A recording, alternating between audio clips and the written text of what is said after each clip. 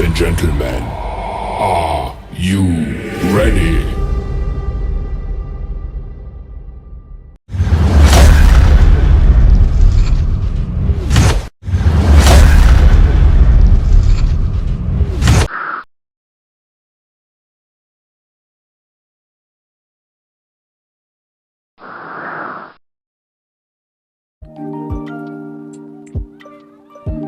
Kembali lagi bersama kami di kelompok 3 perkenalkan.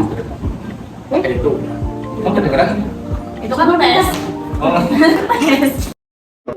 Assalamualaikum warahmatullahi wabarakatuh. Waalaikumsalam warahmatullahi wabarakatuh. Kenalkan, nama saya Diana Bella. Di sini saya mengundang teman-teman yang jauh banget sih datangnya nih. Nah, di sini ada Mbak Dwi. Halo Mbak Dwi. Halo. Mbak Dwi, aku mau tanya deh. Boleh. Aktivitas sehari-hari ini apa ya? Oh, kalau untuk sehari-hari ini lagi sibuk. Sibuknya? Sibuk apa kerja. nih? Sibuk kerja sih. Dari pagi sampai sore ya? Iya, sampai sore. Hari libur masih kerja juga nih. Weekend juga masih kerja. Ya, oke, kita lanjut ke Mas Abdul. Oke, halo Mas Abdul. guys. Halo Nih, Mas Abdul, gimana kabarnya? alhamdulillah. Jauh-jauh dari Cikarang nih. Baik.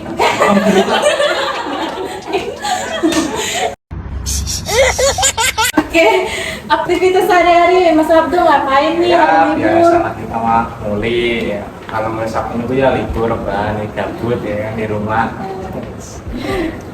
Oke, lanjut sekarang yang terakhir nih. Di samping aku ada namanya Elsa. Halo, Elsa. Aktivitas sehari-hari ngapain Kak Elsa? Untuk saat ini paling masih jualan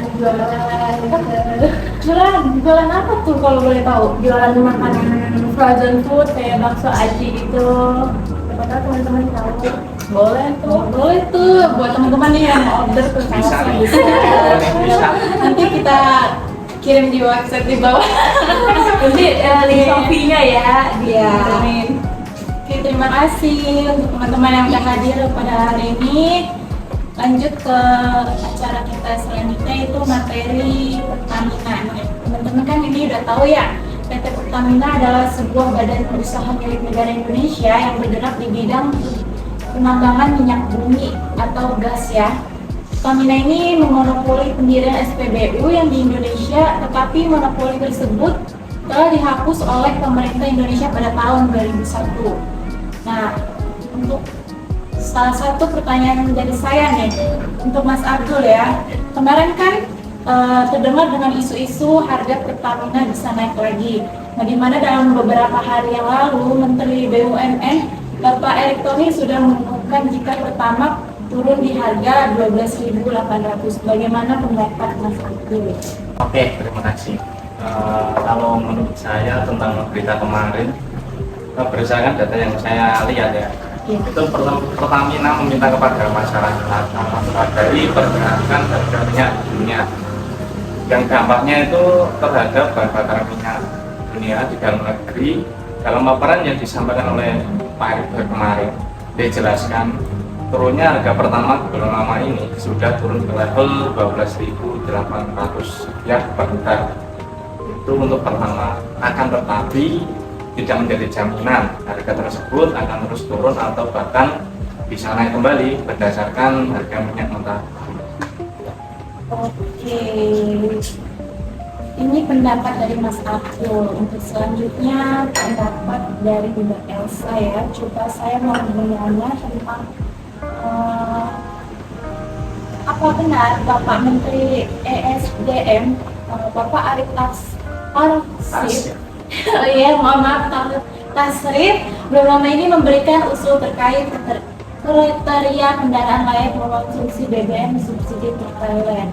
Untuk pertanyaannya silahkan dijawab Mbak Elsa. Itu setelah sebelumnya telah diusulkan ke lintas kementerian hingga ke presiden, sehingga dia mengatakan kriteria kendaraan terkait tersebut akan dibahas lebih lanjut pekan depan. Oke, terima kasih untuk Kak Elsa. Untuk yang pertanyaan selanjutnya ini mengenai isu yang beredar. Mbak Dwi, saya mau nanya, apakah benar jika nanti beli BBM lebih sebagai itu. Kalau untuk ungkapan dari salah satu anggota BPH Migas atau Saleh Abdurrahman menjelaskan bahwa aturan mengenai pembatasan pembelian untuk jenis BBM ini ialah solar dan sejatinya ini sudah ada. Namun demikian, penyalahgunaan di lapangan masih saja terus terjadi karena konsumen bisa mengisi BBM berkali-kali tanpa adanya pengawasan. Oleh sebab itu, pembelian BBM bersubsidi akan berintegrasi menggunakan sistem IT, terutama seperti yang sudah dilakukan oleh PT Pertamina atau Persero, dengan penyimpanan pendaftaran subsidi tepat melalui My Pertamina. Seperti itu tadi. Oke, terima kasih untuk Mbak Luli. Nah, ini teman-teman, Pertamina kan suatu badan BUMN yang besar ya di Indonesia. Saya mau nanya untuk Mas Abdul, apakah langkah yang diambil oleh Pertamina selaku usaha milik negara untuk minimalisir atau mengurangi resiko yang akan terjadi dalam penyaluran bahan bakar di wilayah seluruh Indonesia? Jadi menurut saya Pertamina selaku badan usaha milik negara untuk meminimalisir atau mengurangi risiko yang terjadi di dalam penyaluran bahan bakar ke seluruh wilayah pelosok negeri. Pertamina merupakan perusahaan yang bekerja di bidang hulu minyak dan gas yang memiliki resiko inheren yang cukup besar.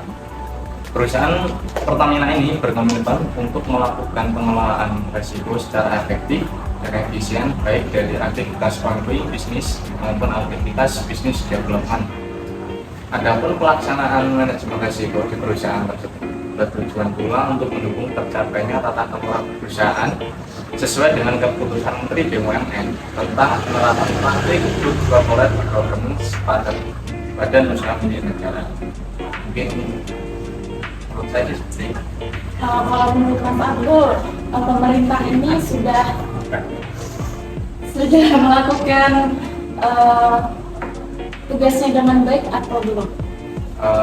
Kalau menurut saya sendiri, pemerintah sebenarnya udah cukup bagus, apalagi yang dibantu oleh Menteri BUMN Pak Erick Thohir untuk mengelola sebuah BUMN sendiri itu sangatlah tidak mudah. Namun dengan analisis yang baik, mungkin BUMN akan terus mencapai titik maksimal dalam mencapai target yang diinginkan. Oke, terima kasih.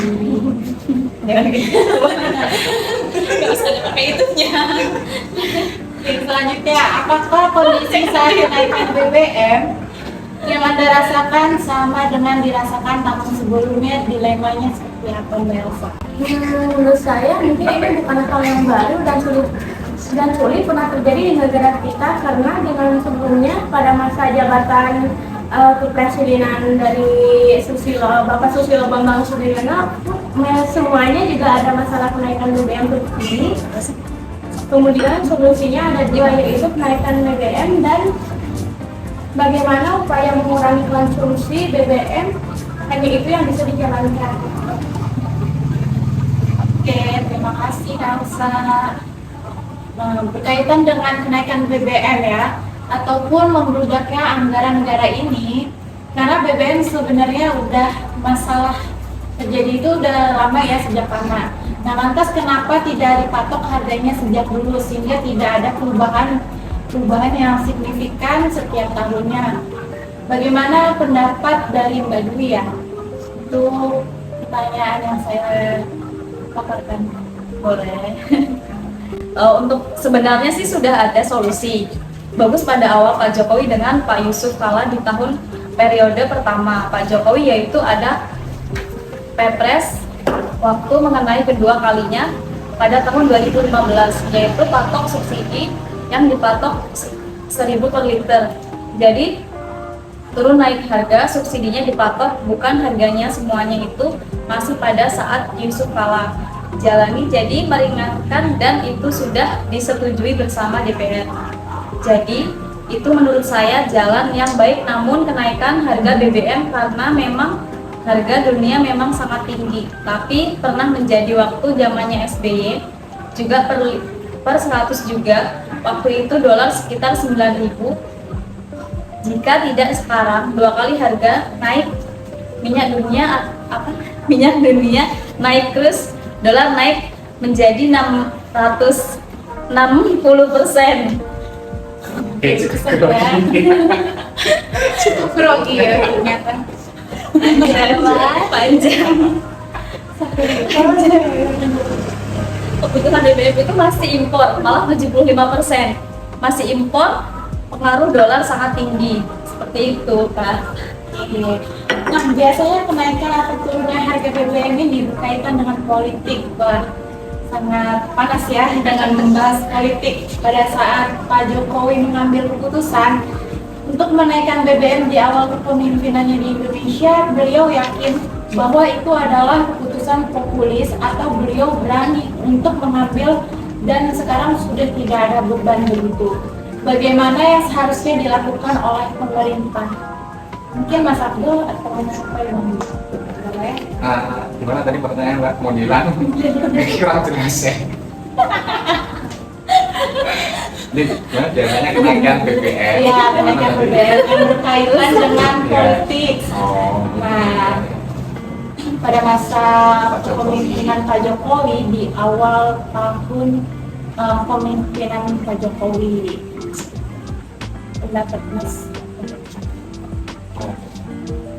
Kalau menurut saya sih kenaikan dan turunan BBM ini terkait dengan politik, dengan kepemimpinannya Pak Jokowi mungkin beliau cukup berani. Padahal dulu sebelum kepemimpinannya mohon maaf saya sebut partainya dari PDI dulu kan sudah dikuasai oleh Demokrat. Namun ketika Pak SBY itu menaikkan BBM itu sangat riskan dan sangat riskan untuk didemo oleh tim oposisi, oleh Omega. Jadi untuk Pak Jokowi ini cukup berani mengambil keputusan untuk menaikkan BBM secara bertahap. Jadi untuk pemerintah harusnya agar terbalik seperti itu, justru dari hampir semua presiden sejak SBY dan Pak Jokowi, kayaknya pemerintah tetap menaikkan BBM, ya mau pemerintahnya, karena pemerintah itu memang tidak populis dan tidak dapat kemudian menyesuaikan dengan keadaan tertutup.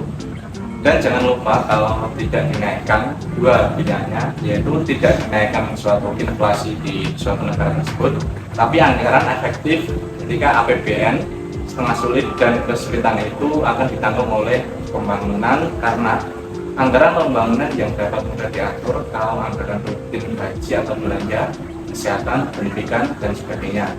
Daerah tidak bisa dipotong banyak yang bisa terkumulasi efeknya kalau pembangunan negara bangsa ini yang berkurang.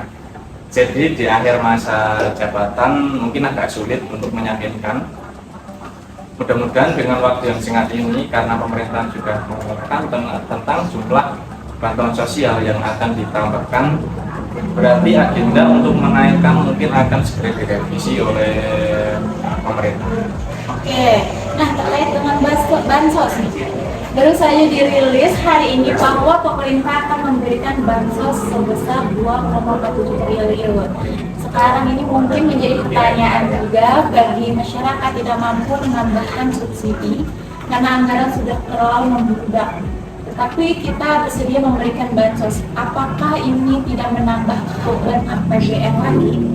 Oh, menurut saya justru tidak ya, tidak mengurangi beban APBN. Kalau pemerintah menaikkan katakanlah 3.000 itu artinya karena kebebasan menghemat 50 triliun atau berapa tahun itu ya, kalau subsidi itu akan tempat BLT yang sebelumnya kita dapat bantuan langsung tunai itu cuma 50%, jadi produsen itu mengurangi beban APBN dan itu hanya diberi BLT dari 6 bulan per tahun.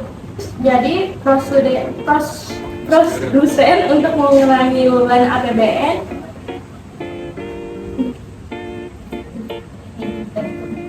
dan itu hanya diberi BLT 6 bulan per tahun, jadi tahun berikutnya anggaran kembali normal dengan subsidi yang lebih rendah. Oke, waktu Pak Yusuf mendampingi Pak SBY mengalami kenaikan BBM 2 hari sebelum puasa dengan harapan tidak ada yang berdemo. Nah, sekarang kan kenaikan berada di masa kita, sedangkan kecepatan pemulihan ekonomi. Apakah saat ini hal yang tepat pada saat melakukan, padahal kita berjalan kondisi ekonomi negara kita? Bagaimana untuk pendapat Mbak?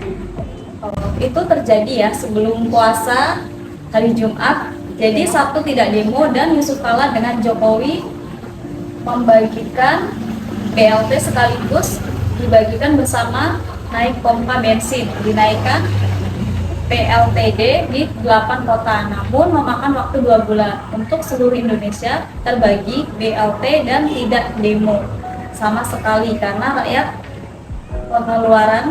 pengeluarannya katakanlah 100 rupiah naik tapi dikasih dengan 200 rupiah. Jadi rakyat itu untung dengan rakyat yang tidak mampu, karena di samping itu menjadi langkah utama. Langkah kedua mengurangi mengkonsumsi BBM dengan cara hemat, karena energi listrik memakan BBM diesel diatur dengan tidak lebih dari 20-15 derajat. Tidak boleh kurang mengganti minyak tanah dengan LPG penghemat sekitar 40 triliun. Jadi bukan hanya menaikkan BBM, mengurangi penggunaan BBM dengan 2 cara yang digunakan walaupun harga tinggi, tapi rakyat menerimanya dengan baik. Seperti itu tadi ya. Oke, terima kasih. Nah, ini pertanyaan lainnya buat teman-teman ya, boleh jawab, boleh enggak juga sih sebenarnya. Bagaimana pendapat dari teman-teman penggunaan BBM yang sekarang naik? Nah, kan BBM naik nih, pengeluaran juga pasti naik, konsumsi dan lain-lain. Bagaimana untuk meminimalisir dari semuanya itu? Boleh? Mungkin ada yang mau? Kayaknya Karoma nih. Boleh. Kayak gimana? Yang maksudnya kan yang punya kendaraan ya, kalau saya pribadi mah kayaknya nggak punya kendaraan nih. Iya. Jadi untuk meminimalisir pengeluaran terutama ya terkait dengan kenaikan BBM ini, dulu awal-awal kendaraan sih biasanya diisi pertama masih relatif terjangkau. Jadi setelah dengan adanya kenaikan BBM ini, mungkin dari teman-teman sekarang kan banyak ojek online, jadi lebih mudah untuk aksesnya dan juga bisa lebih efisien untuk pengeluarannya. Akan tetapi jika yang ojek online tidak bisa dijangkau oleh kendaraan itu, ya mau nggak mau kita tetap pakai kendaraan sendiri. Dan jika kita mau ngirit meminimalisir pengeluaran, ya seenggaknya kita isi yang lebih murah. Kalau nggak di pertama ya yang lain. Oke, terima kasih. Nah, untuk Badui nih, kan Badui nggak punya kendaraan ya? Bagaimana untuk pendapat Badui? Gimana ya kalau menurut saya? Tadi apa Pendapat Badui mengenai BBM yang naik. Oh, kayaknya ya memang harus naik ya, karena kan kayak kita kan minyak bumi itu impor ya nggak sih impor. Nah mungkin di sana stoknya udah sedikit kali ya, mungkin jadi kitanya harus hemat sih. Gitu. Harus hemat jadi ya. Ya kan mahal juga. Kita asal mau menambahkan Hematnya sudah maksudnya hematnya tuh kita kayaknya harus menggunakan kayak kendaraan listrik seperti itu, jadi kayak nggak mau digantikan dengan kendaraan listrik. iya digantikan dengan kendaraan listrik bisa jadi. Oh iya, mungkin ini kan terkait dengan manajemen resiko ya yang dianalisa oleh BUMN Pertamina terutama. Jadi mungkin beliau-beliau yang orang-orang elit mungkin udah menganalisis terkait dengan adanya jika kita menaikkan BBM atau menurunkan BBM itu apa sih resiko ke belakangnya, apakah nanti itu berpengaruh terhadap rakyat atau berpengaruh terhadap masih di negara itu sendiri atau terhadap pemasukan di APBN. Jadi mungkin orang-orang elit itu udah berpikir bisa masuk akal. Jadi mungkin agar kalian tersebut tidak melakukan hal-hal yang tidak diinginkan seperti demo atau apa. Oke, baik, terima kasih untuk teman-teman atas waktunya sudah mengikuti banyak perbincangan. Oke. Oh iya, tadi kan kita udah tanya ini aktivitasnya untuk Mbak Ditya sendiri nih ngapain aja nih? Untuk saya, aktivitas saya sehari-hari masih di rumah sambil mencarikan kegiatan-kegiatan yang mengisi waktu luang saja. Kita mencari pendamping aja. Itu nanti kalau nggak ada tenang. Oke, terima kasih ya teman-teman atas waktunya. Kurang lebih mohon maaf. Assalamualaikum warahmatullahi wabarakatuh. Waalaikumsalam.